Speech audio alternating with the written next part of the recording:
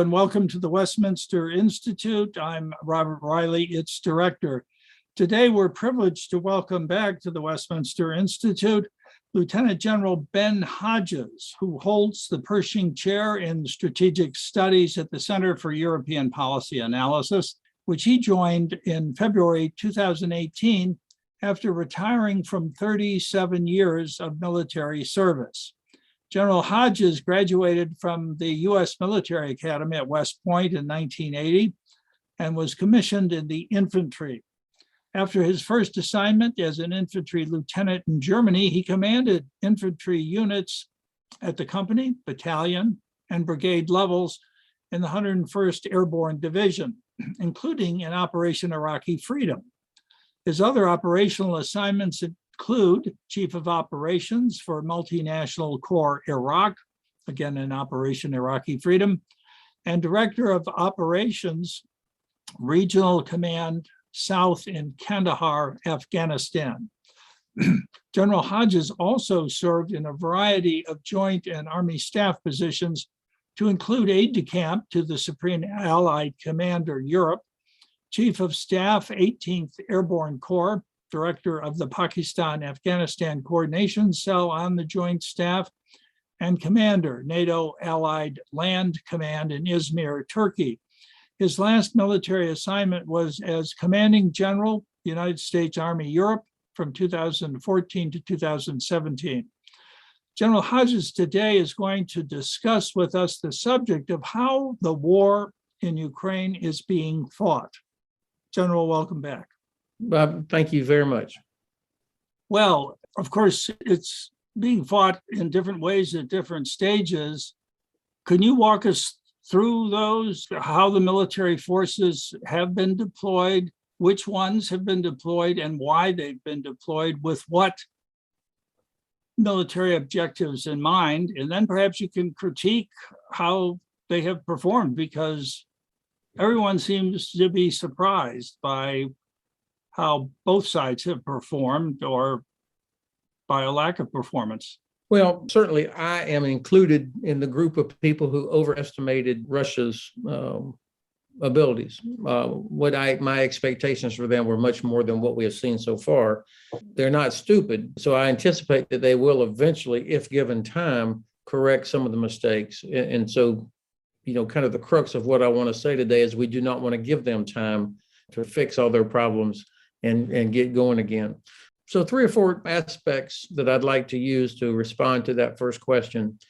I do believe we're in the decisive phase of the campaign. That in other words, what happens in the next 3 or 4 weeks could very well determine what happens for the next 3 or 4 years. Ukraine is going to win. I'll say that up front. Eventually, they're going to win. Russia has already lost in so many different ways and so many levels, regardless of how much longer they're able to keep firing artillery at innocent people and destroying villages and cities. In my assessment, even though we've got many, many, many tough weeks ahead, in my assessment, Russia will culminate by the end of this summer. So August, September, and Ukraine will be able to go back onto the offensive and push Russia back to the 23 February line. Now, I say that for a couple of reasons. We know that war is a test of will, and it's a test of logistics. And the Ukrainian logistical situation gets better with each day as all of the aid that the US and the UK and other nations are providing, as that builds up and starts getting into the hands of Ukrainian soldiers, then their situation gets better. Now, we got a lot of work to do here, but you can feel it's getting better. On the other hand, the Russians, they have terrible manpower shortages. But the first red flag was when they started asking for Syrian volunteers to come fight. They have a broken mobilization system, so they have decided not to try and do a general mobilization. And they just don't have enough troops to do all that they set out to try and do. And they won't be able to control even the territory that they have taken so far.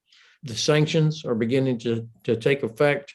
I'm talking specifically sanctions that prevent the Russians from getting the necessary components to replace the precision munitions that they have already expended.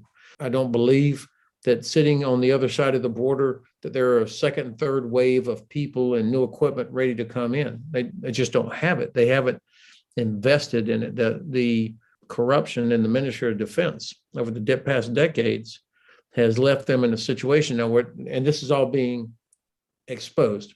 So in other words, Ukraine has the moral high ground. They have the will. They're defending their homeland. They're defending their families. They've got a very good manpower situation. They have no manpower shortages. Their shortages are in artillery and artillery ammunition and in other systems to attack deep to destroy Russian artillery and rocket launchers. The Russians, on the other hand, don't have the will, not down at the soldier level. They do have the will at the top. President Putin obviously is willing to expend as many lives as necessary to achieve what he wants to achieve. But I don't think that they have the logistics to keep this up, what they're doing right now. And so this logistical situation is going to improve in the favor of Ukrainians. And I believe that by the end of the summer, that they will be on the offense, driving Russia back to the 23 February line. Last thing, it was so important that Secretary Austin said what he did the other day when he talked about, we're going to help Ukraine win. That is important. That's an end state that will drive all of us to do everything we can to help Ukraine win. 20 years in Iraq and Afghanistan, I never heard the word win a single time. It was never a policy statement. It was always, prevent terrorism or different things, never win. And this is important. And then the other word he used was weaken, to weaken Russia to the point that it can no longer threaten its neighbors. Now, both of these have made some people uncomfortable. But of course, Secretary Austin is Secretary of Defense. He didn't just pull that out of his pocket. This is a policy decision by the United States government. And the administration, I think, has done a very good job working with allies. So being able to explain when and weaken and keeping the alliance together, unified in this effort, this is why I am optimistic that Ukraine is in fact going to win. Can we go back and draw upon your military expertise in indeed how the war is being fought? We know that their initial drive to take the capital of Ukraine failed to the point where they withdrew, but they do seem to be making some incremental progress in the Donbass, and they have occupied a great deal of the southern coast of Ukraine, the Sea of Azov, and at least they're sending a lot of rockets into Western Ukraine. But you're saying they don't have the capability to pursue an offensive further. And even if they don't, they still have a vital piece of Ukraine in their hands. But yeah, and so that's why we can't stop. I mean, that's why it was important to say when equals Russia out back to the 23 February line, because if we don't, then Ukraine, their economy will have a very hard time without the ability to export grain. And of course, this is part of the design by the Kremlin. Putin wants to see Ukraine erased as a state, even the idea of Ukraine as a state. So he's doing what he can to make sure that their economy is trashed and in the occupied territories, making people use rubles as a currency, all the different things. And he's also deported about 500,000 Ukrainians into Russia, out of Ukraine. So this is classic Stalinist style of completely changing the landscape. So I think that the ability of Russia to continue large-scale offensive operations is on the clock. They don't have it. I think they restarted this offensive too soon. There's no way they had time to repair the damage to all the units, what we call reconstitution, where you take units that have been beaten up or they're tired or have to replace equipment. This takes time. And, you bring in new people, new leaders, you've got to train together. You got to learn to fight together. They haven't had that time. So I think that they just jam people back in there into the line, trying to push it forward. They still are not fighting as what we would call a joint force. You don't see air, land, and sea and special forces operating in a synchronized manner where air power is, first of all, the first priority for air power is to get air superiority, to knock the enemy out of the sky. The Russians have failed with the huge number advantage they have and the ability to fly out of pretty safe bases inside Russia and Belarus, have not been able to get air superiority. That points to the fact that while they may have a lot of airplanes, they don't have a lot of good pilots that are trained properly that know how to do this. And they don't even think in terms of joint air support for ground operations. Where's the Navy? I mean, the Navy, other than launching some missiles from 70, 80 miles away into cities, has done zero.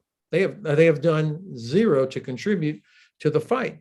I had expected, this was part of my my early overestimation, I expected them to be conducting amphibious operations all up and down the Black Sea coast. I mean, that's the huge advantage that they had, the ability to go and pick a place, put their naval infantry ashore, and outflank Ukrainian land forces.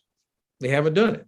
I don't think, and especially now that the Ukrainians have displayed the ability to sink a major ship from distance, the Russian Navy has no desire to get in close. And so if they're not able to do that, then I don't think we're going to see an amphibious operation towards Odessa. And certainly all their land operations have failed so far. They can't get past Mykolaiv. And so that's why I think, yes, they've got a lot of artillery, a lot of rockets. Yes, they are whittling away, attriting Ukrainian forces in that southeastern part of Ukraine. But this is going to change. We started too late. We started too late to get serious about delivering capability that they needed. I mean, you and everybody listening will remember, it was only about 2 months ago that we were still arguing about whether or not to give Stinger to the Ukrainians. How silly does that seem now? So at least now we're talking about artillery, drones, long-range systems, getting that into the hands of Ukrainians. And that's how they're going to defeat Russian artillery, Russian rockets. That's going to turn the tide. Russia, every couple of years, has been holding massive military exercises with well over 100,000 troops, field hospitals, all of what would seem to be necessary to pull off something like what they failed to do here so far. So it's all the more startling that they have not achieved success. A very experienced combat officer I know made the remark that mass wins, and Russia has the mass. But from what you've said, they don't really have enough mass to reach their objectives. Would that be correct? Yeah, I would disagree with the assessment that mass automatically wins, or at least in this case, that Russia has enough mass to win. But there actually are more Ukrainian soldiers than there are Russian soldiers. And what the Russians have failed to do, they have actually failed to mass at the critical place. Instead, they're spread out along this 300-mile contact line instead of massing to the way that their grandfathers did in the Second World War to achieve a big penetration. And I think this reflects a dearth of people who truly understand operational art and that are able to design a campaign necessary to get the benefit out of the advantages that they started with. Now, why is that? They're not stupid. But I've been trying to figure out over the last few weeks, how was I so wrong? How did I overestimate their ability so much? And one of the things you mentioned is these exercises. Of course, the Russians never allowed people, they never lived up to agreements for transparency. So we never had many observers at their exercises. So we couldn't really see. But what we know now is that these big exercises, they were not exercises in the way that we know them, where we train to the point of failure, where you go against an enemy force and the enemy almost always wins the first few days until you start getting your act together, and then you're able to win. That's called, improving, training, learning, getting better. The Russians, there is no culture where you have trained to the point of failure, do an after-action review, critical self-analysis of what you did wrong. Zero. That's just not in the culture. And so these big exercises, while they do exercise some logistical muscles, such as moving lots of stuff over long distances on trains, this is all long planned, and all the movements are demonstrations, basically. So there's no uncertainty. More than anything, there's no enemy. There's no force to change it. So that has been manifested by some of the mistakes they've made in the logistics and the obviously terrible at the tactical level situational awareness. When these generals that are getting killed, because they're talking on cell phones. It's not because U.S. intelligence is saying, hey, he's over here. It's because these guys are talking on cell phones on Ukrainian cell service. And, anybody can, Ukrainians are very, very, very technically savvy. And so they're able to intercept, then geolocate, and then you put a rocket on that headquarters with this Russian general. Now, a couple of them, I think, have been killed by snipers, different things. But the point is, they're not exhibiting any of the indicators that you would find with a force that was well-trained, disciplined, or had real operational experience. This was another mistake I made. I thought, I'd seen Russians in Georgia, in Syria, in Crimea, in Donbass, Africa, all these places. Then I realized it's only about 5% of the military actually doing all that. The vast majority of the military has no operational experience, Army, Navy, Air Force, zero. And so the things that we've learned after 2 decades in Iraq and Afghanistan and other places about force protection, about signature management, about how to do joint operations, working with allies, what's required for logistics to keep thousands of vehicles moving in difficult terrain, they had none of that. And so you could add in a healthy dose of arrogance and put that against a Ukrainian military that has been learning steadily for the last 8 years, defending their homeland, and you see what the result is. One of the startling things is that one of President Vladimir Putin's signature efforts was the modernization of the Russian military, at which he threw a lot of rubles. And one result of that seems to have been some seriously upgraded military hardware, some very impressive weapons, which in some cases may be better than ours. But you're saying that the level of corruption sort of undercut the improvement in hardware, and that it trickled down to the point where you've got this lack of maintenance and people taking cuts at various levels as the money trickles down. So when it gets to the bottom, some of the basic things are not seen to. Would you say that's correct, General? That's a very accurate description, Bob. One example, there was the report, or what we were all tracking, was that there were about 900,000 Russian troops. That's Army, Navy, Air Force, all the services, 900,000. I would bet they probably don't have 500,000 total, but this is a classic way to skim off a lot of money. As you say, I've got to pay 1,000 soldiers when in fact you only have 500, but you get salary for 1,000. That's a great way to make a lot of money for officers and ministry officials. Why were Russian generals talking on cell phones on Ukrainian cell service? It's incredible. Well, it turns out that their battle command system that you would expect that they would take into battle doesn't work. It's got a lot of cheap Chinese components in it. There are reports of tires, cheap tires that they bought from China that were rotten on vehicles. Then you've got soldiers being sent into battle with rations that have already expired. So this is that's not just mismanagement. This is corruption and a lack of any care about what your soldiers are going to have or how they're going to fight. But this is a reflection on most of the history of Russian troops under their leadership. Now, I think that the command style also traditionally very centralized, which is another reason why you have a lot of generals there are super exposed, because decisions that we would normally make at the level of a captain or a colonel is being required. They're requiring a general to move forward and come fix the situation. And so that means they're much more exposed. And of course, when they're exposed, that means all the staff officers around them are exposed, which is also probably even more damaging to the effort in a very centralized system. Whereas Ukraine, counterintuitively, you would think that they still would be under kind of the Soviet model, since the most senior Ukrainian officers would have been lieutenants or captains in the old Soviet military. But over the last 20 years, they've been with us, the West, in Iraq and Afghanistan. And we've had US, Canadian, British, Lithuanian, and Polish trainers with them in the Yavoriv Training Center near Lviv since about 2015.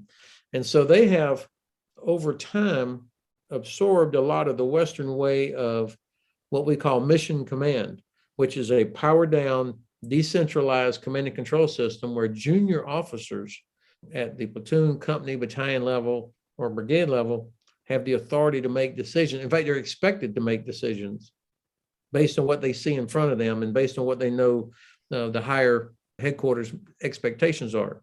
That's a wonderful way to fight in a dispersed, distributed battlefield like this, where uncertainty is all over the place and people are having to make quick decisions to either seize an opportunity or avoid a disaster.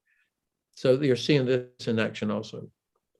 One thing that has always impressed me about the US military is the level of responsibility given to junior officers, even at the lieutenant level. I mean, if you have a tank platoon, or you're responsible for equipment that's worth a great deal of money, and you have responsibility for your men, and you do so without any excuses, and you are expected to take the initiative. Exactly. And when I've talked to young officers, including my son, who's a Marine officer, if you leave the military, and when you do, you will not achieve a comparable level of responsibility in your civilian career until you're well into your 40s. I mean, no one at such an early age is given that level of responsibility. And of course, it matures these young men and women at a very rapid rate. Let me go back, Ben, to something you've said twice. And you've said the Russians are not stupid. And we know when they have suffered enormous setbacks, as of course they did when Hitler invaded the Soviet Union, or Napoleon invaded Tsarist Russia. They fall back, they lick their wounds, or even the Russo-Finnish War in 1939, where the Finns really gave them a bad licking at the beginning. They see what they've done wrong, they reorganize, and they go back in a far more effective way. Can that happen now, or are you saying that manpower and logistics won't allow them that effort? Well, the historical examples you gave are good ones. Those examples play to the biggest advantage that Russia has, and that's its enormous depth, that they could just keep going back and going back and going back. And of course, almost unlimited natural resources. In this case, they're the ones that are attacking. They're the ones that are attacking into Ukraine. So the biggest advantage they have does not come into play. Secondly, if you remember from reading about the Second World War, once the Soviet Union found out through intelligence that the Japanese were never going to attack the eastern part of the Soviet Union, they were able to bring thousands and thousands of their eastern divisions, troops, Siberian divisions, bring them west of the Urals. And so now, right as the fight is in it's not a stalemate, but a deadlock, I mean, between the Wehrmacht, German Wehrmacht, and the Red Army, now all of a sudden, here comes tens of thousands of new, fresh troops, and Soviet tank production is in high speed. And now this is where mass really does take effect. And still, the Germans were able to hold out for another couple of years, but it was, at this point, it was almost inevitable. In this case, there are no Siberian divisions waiting to come in. The Russians they've pulled troops out of South Ossetia, they've pulled troops out of Kaliningrad, they have, like I said, put out a call for Syrian volunteers. They are trying to grow the Wagner Group, this mercenary organization, They've sent out notices asking for anybody up to the age of 60 that's willing to drive a truck. I mean, they are in desperate manpower situation, and they're on the offensive. That's, I think, part of the problem for them. The second thing, of course, you had the opposite of sanctions of World War II. You had the United States providing incredible amounts of trucks and equipment and resources to the Soviet Union throughout the war to help them stay in the fight. Now, that doesn't get much coverage in Russian history, but it's a well-known fact. Okay, here we have the opposite. We have sanctions. And these sanctions, it's not just about seizing yachts and exclusive properties in London and New York and Miami and so on. It's about making sure that the critical components that Russian defense industry needs to make certain things like precision munitions, they're not getting it. It's not coming in anymore. And so as they get to the end of their stockpile of munitions, precision munitions, then they're having to use more and more of what we call dumb bombs. Now, those still kill people, but with dumb bombs, their Air Force is going to have to come in much closer, and they're going to start taking more losses to the Air Force because they can't stay in Russian airspace, which is what they've been doing, and just launching cruise missiles into cities. So that's why I feel that this test of will is in favor of the Ukrainians, and the test of logistics is going to be moving in favor of the Ukrainians as well.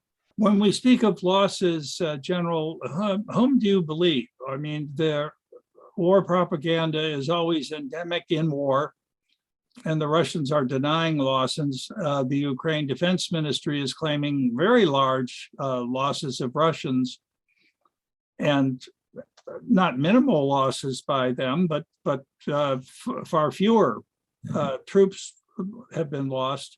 Do we have any way of assessing what the actual losses are?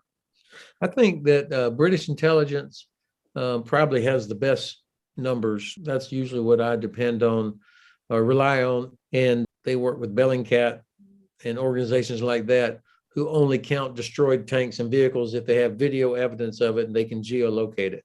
So those are good, reliable numbers. I think it is not unusual that units will report enemy killed or vehicles destroyed, because you may have 2 or 3 guys reporting that they destroyed the same vehicle, for example, or 3 different people were shooting at the same helicopter or individual or what it is, whatever it is. And of course, sometimes people assume, well, we destroyed the tank, so obviously the whole crew was killed, or we destroyed this, so that probably had 5 people. So there's a lot of estimating that goes on. And I mean, it certainly has happened in the U.S. Military, where you make assumptions. And so I, for that reason, try to stay away from a body count, because it's not helpful necessarily in pure assessment of the campaign, of where we are. It does provide some important insight when you start thinking, okay, they report 25,000 killed, probably let's say 15 or 17,000. That's mostly fighters. So infantry, tankers, truck drivers, and artillery.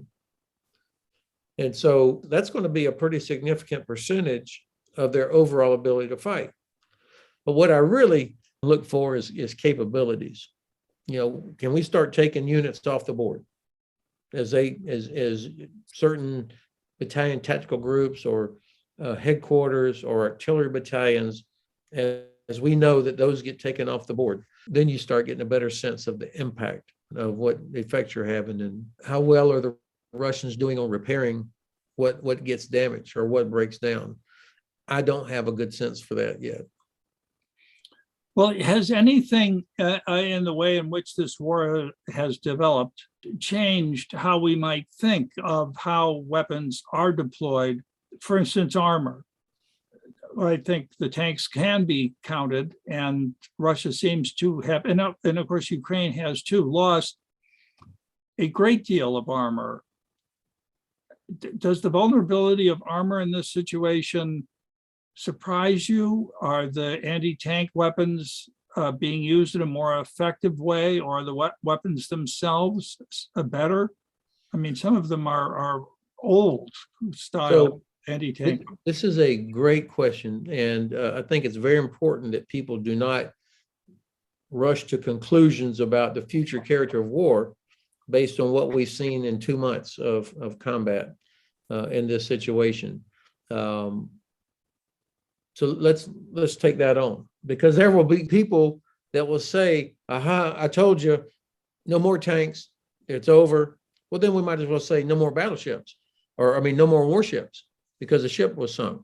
Or you might as well say, well, no more jets because a bunch of them got shot down by people who we didn't even think had air defense. The point is, let's go to tanks. And I'm not a tanker, by the way, so I don't have a emotional attachment to this. But every commander wants to have what we call protected mobile firepower, the ability to move large caliber weapons quickly to support attacks or to knock down targets. So there's always going to be a need for that, whether it looks like an Abrams tank or a German Leopard or a British Challenger or something different. You're always going to need that capability. So why have the Russian tanks been so badly damaged? First and foremost, terrible tactical employment. The video that every one of us has seen, where you're looking down the road and it shows a cluster of Russian tanks moving through this village where there's trees and houses on both sides. What do you not see? You don't see any infantry. You would never move a column of tanks through close terrain like that you didn't already control. So there should have been infantry dismounts, soldiers moving through the woods exactly for the reason to protect them until they got through this area. Instead, what you see is tanks just moving, and plus they're all clustered up, and you've got Ukrainians firing anti-tank weapons from less than 150 meters. That's incredible. And so it was poor tactics, which is a reflection on their training, and also because they don't have good sergeants. Good sergeants would never allow them to get clustered up like that, and would have never have allowed a young officer to make such a poor tactical employment. The other thing is the design. It's been one of the interesting sort of subplots of all of this, is why are there so many examples where the turret on a Russian tank, it gets literally blown off, this sort of jack-in-the-box thing, and you see it laying on the road next to it. What a horrible way to die for the members of the crew. But it's because Russian tank design, since the T-34 in World War II, they have never placed value on crew protection. It was all about the gun and how fast can it move. So protecting the crew was not so critical. So the way the tank rounds are stored in that turret, they're not protected. And so you get hit with a javelin or an in-law, you're going to have sparks, flying metal inside the tank, and then you're going to set off all the other ammunition that's inside that tank. That's why you have these horrible secondary explosions that blow the turret off. Whereas American tanks, German tanks, the ammunition is still very dangerous, but the ammunition is stored in a way where you've got some protection and you don't necessarily get these secondary explosions. Crew members can survive. So when people say that's it for tanks, yeah, that's it for tanks that are poorly designed or not properly employed. And any reflections on artillery and air power? Great one. We have not seen ammunition consumption like this since, I guess in Vietnam, obviously in certain places they would have expended huge amounts of artillery ammunition, but we have no recent experience in the last 50 years with shooting artillery like that. I mean, incredible amounts. Just recently there was an announcement, the United States has provided 90 howitzers, 155 millimeter howitzers, and 180,000 rounds of artillery. I thought, whoa, that's great. And 90, that's 5 times, like 5 or 6 battalions worth of artillery. That's a lot. And then 180,000 rounds, that's a lot. But then I started thinking that doing the math, that's enough for like 3 weeks of intense combat. And then it's gone. So that means hopefully the next 180,000 rounds are already on the train or on a boat somewhere headed towards the front because they're going to need it. The amount of ammunition that's being consumed, artillery, rockets, stingers, is enormous. And I think we're in danger of running out here. So that's why the Department of Defense, of course, is talking to industry. How fast can you ramp up? And also, this is going to be something that our leaders are going to have to take into account. I understand why people don't want to buy a lot of ammunition and have it sit in storage somewhere. It's very expensive, and you hope you're never going to use it. I can tell you right now, the United States does not have enough ammunition of any of the stuff that we would need if we were involved in this conflict. There's not enough. So you got to make decisions about how much ammunition do you think you're going to need? What's your estimate? We do not have enough Patriot missiles. For example, the actual interceptor that a Patriot system launches is not enough. I'm reminded of an occasion quite some years ago when I was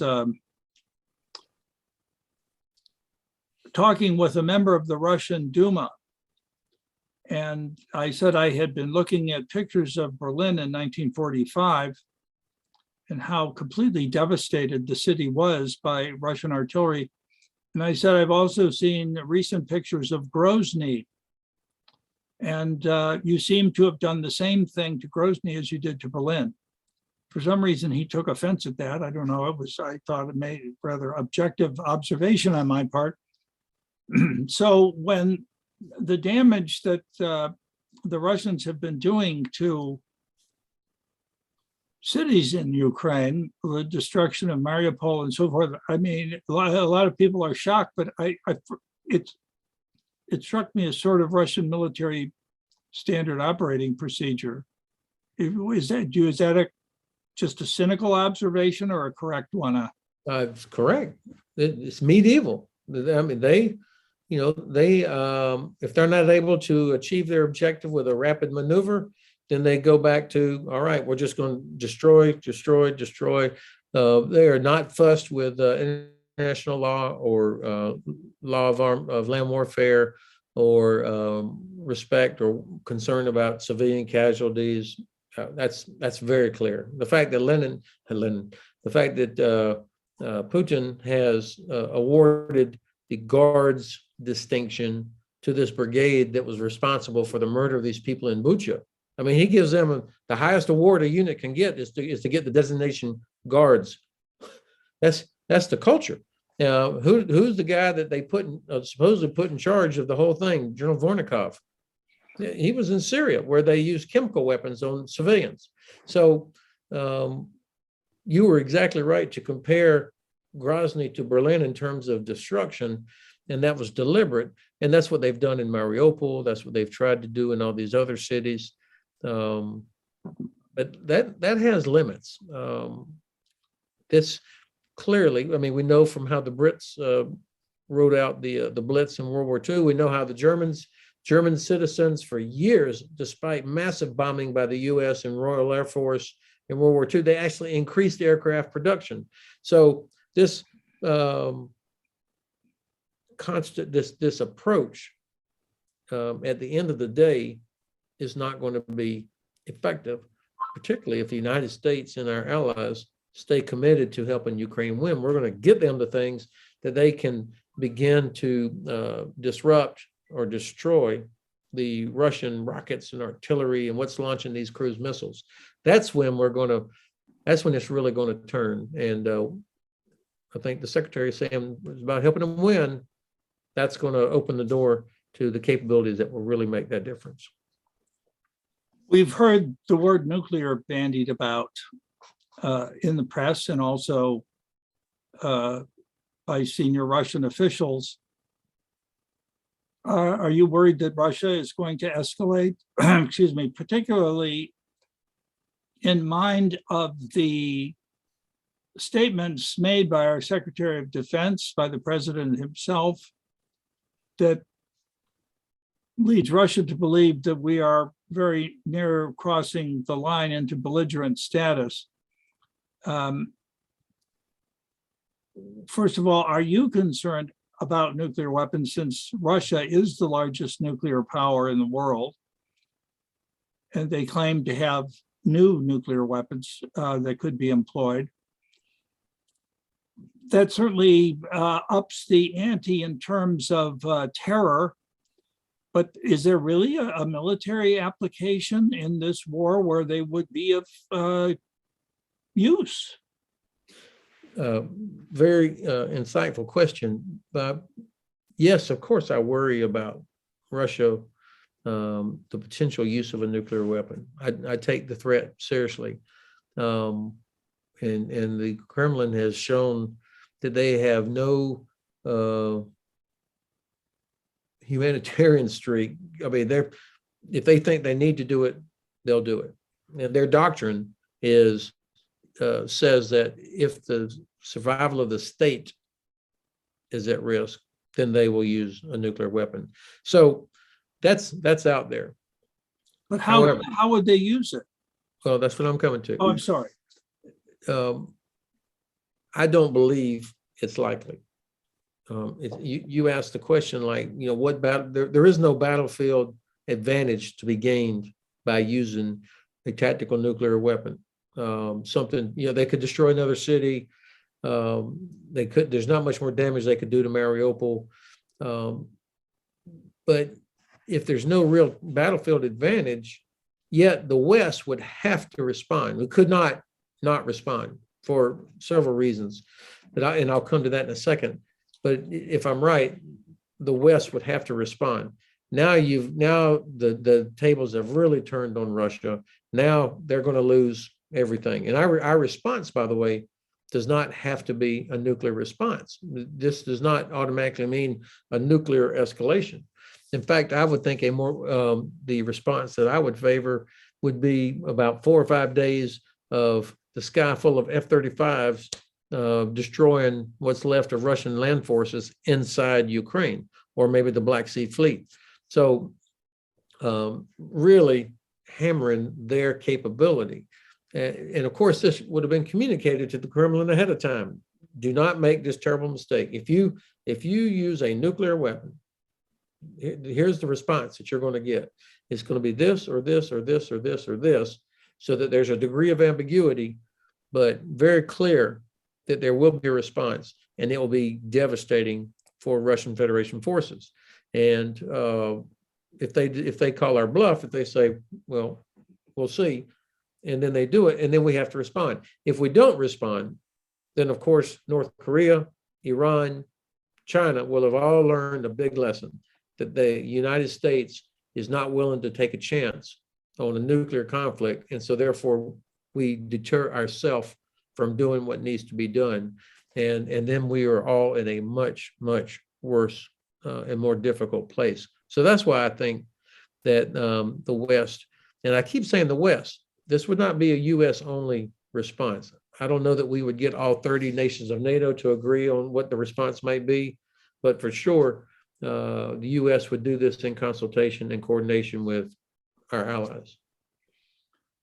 General, you made a very interesting statement about Russian doctrine, and that is, if the very existence of the state is imperiled, then escalate, including to the nuclear level. By articulating our aims, as we have in respect to Russia, as Secretary Austin said, to significantly weaken Russia so it could never undertake such an operation as it has in Ukraine, or from other officials in the administration, that the solution is regime change, or at least change of the president. With President Putin's identifying himself as the state in a way, couldn't that moment come sooner rather than later, through the pressure of the way in which we've begun to talk about this? Because that takes us beyond limited aims inside Ukraine, and it's about affecting the very character existence of the Russian leadership. So that is the dilemma. Trying to anticipate how might the president of the Russian Federation react. I don't think he's crazy. I think he's actually more rational. He's cold-hearted, evil, and brutal, but not crazy. And so I don't believe that he wants to be the Nero of Russia, to destroy his own empire. I think that people around him also are thinking that there will be life after Putin at some point. And I don't know that he has the ability or would be allowed to just start giving the order and start the process to employ nuclear weapons. I'm not sure that those around him would stand by. Now, I don't like to be in a conversation about regime change, because it almost never turns out well when it's initiated by us or somebody else. This is up to the Russian. Russia's a sovereign nation too, and the Russian people, they have to decide whether or not they're satisfied with what they've got. But I don't think we should be talking about regime change, no matter how evil that guy is. And I would agree with all that President Biden has said, but it should not and is not the policy of the United States to actively foment or enable regime change. Now, this notion of weakening Russia so that it can no longer threaten its neighbors, this is a difficult one. I live in Frankfurt, Germany, and I think a lot of people in Germany and some other European countries are very uneasy with this, that's going too far. I find it a terrific desired end state, but I don't think it should be stated as policy. I think we can achieve the effect by doing 3 or 4 things. First of all, we have got to keep the unity of the alliance together, all 30, and hopefully with today's announcement by Finland, and I anticipate in the next 3 or 4 days announcement by Sweden that they want to join the alliance. Keeping that unity is so important. So that means concerns that other nations have about policy decisions by us, that has to be taken into account. We want to protect that. And that's the only reason that Putin would use a nuclear weapon, I believe, is to create a situation where other nations will say, that's it, I'm done. I'm not, sorry, Ukraine, I'm not interested in being part of a nuclear conflict over those guys. That's their problem. So that would be the reason he might use a nuclear weapon. And so keeping the alliance together is essential. Number 2, reducing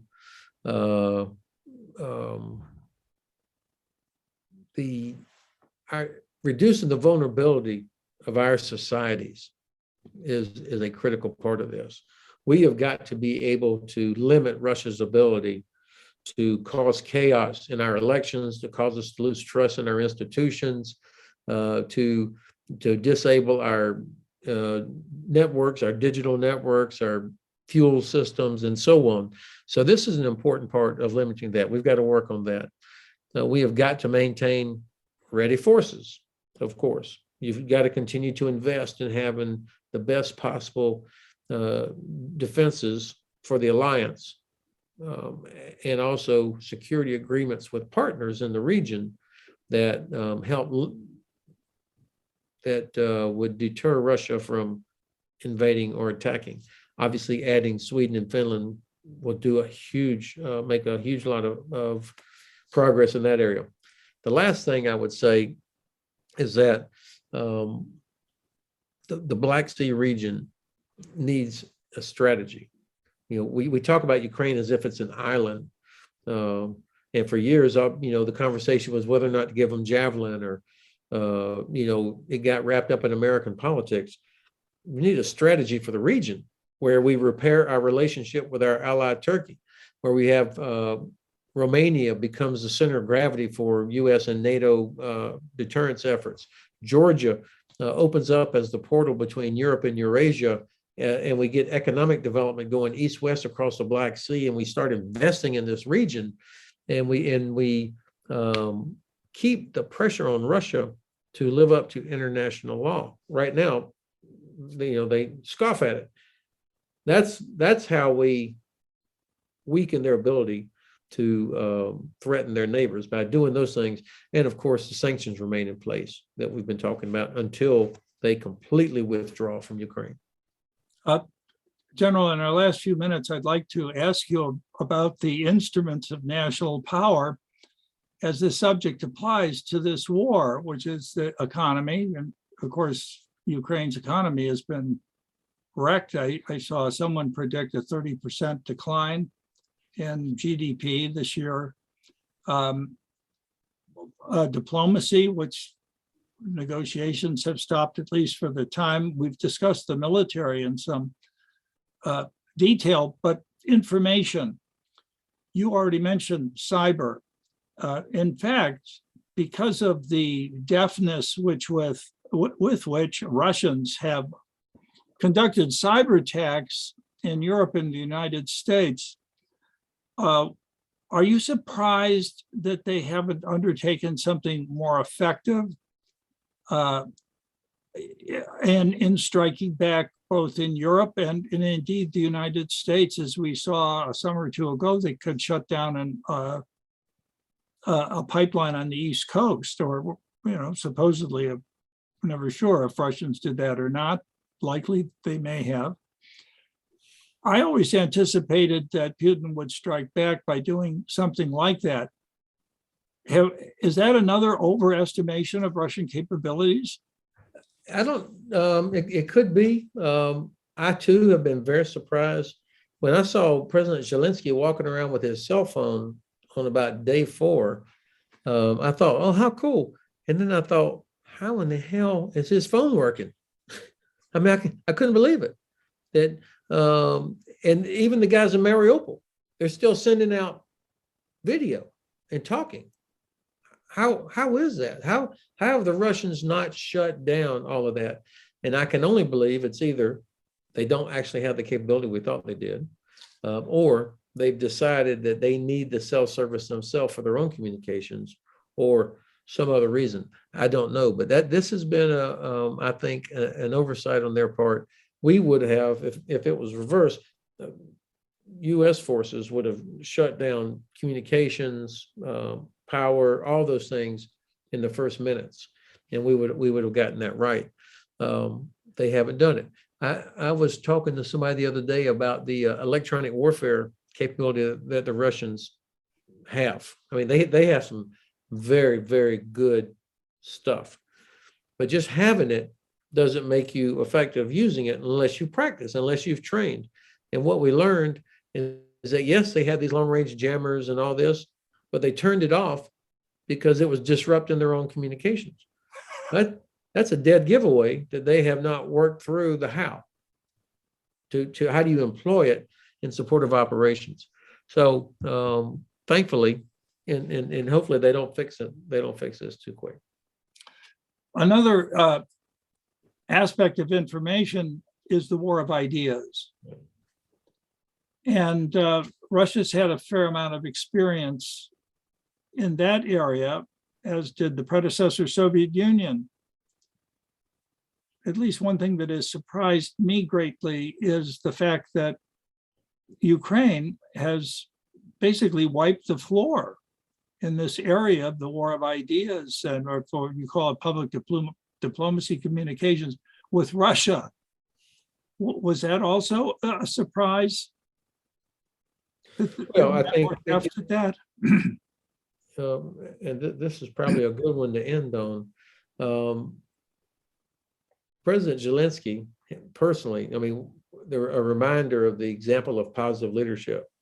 I mean, him getting out there personally, being around soldiers, being around his people, communicating very aggressively. He knew to reach out to all the different legislatures from around the world, people he needs support. He's taken great personal risk. Compare that to the leadership style of the guy who sits at the end of a long table from his advisors, who until this Victory Day thing on the 9th had not been seen out in public very much. So you've got examples of good and bad leadership. but also what are they fighting for? You know, what the Russians, the whole thing is a fairy tale to denazify Ukraine, to liberate it somehow. They're not liberating anybody, but that was the tale that they needed to tell their own people. Instead, what they really wanted, they wanted to make sure that Ukraine, which was a democratic nation, the last two presidential elections are totally fair and free elections. Nobody's challenged the legitimacy of those elections, and getting more and more Western in their orientation. That's the last thing he wanted on the border of Russia, is for his people to see that, to see Ukraine becoming so prosperous and enjoying these freedoms. That's what he was scared of, not NATO encirclement. That was a total fairy tale. So in other words, they're fighting for a lie. What they were fighting for is a totally false reason, a false narrative. Ukraine's fighting for their families. So they're defending their home villages. I mean, I've seen so many videos of soldiers kind of say, my family's in the village behind me, you know, and they're in a trench line. I mean, that's powerful motivation. I'm sorry if I just asked one other question. Okay.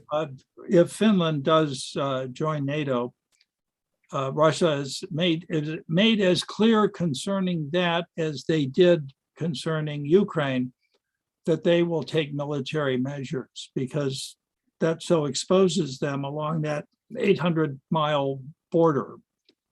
Do you take that seriously, or can you discount their capability of doing so because of the poor performance in Ukraine? Yeah, they don't have, I mean, what are they going to do? You know, they rolled out a couple of nuclear weapons a few weeks ago to remind the Finns, hey, we have nukes. The Finns had 10 farmers on tractors, then drove towards the Russian border. I mean, that was the Finnish response. This is the fairy tale that now all of a sudden Russia is going to be threatened by Finland. You know, this is where we've got to keep competing in the information domain. When Russia was on its knees, when the Soviet Union came apart,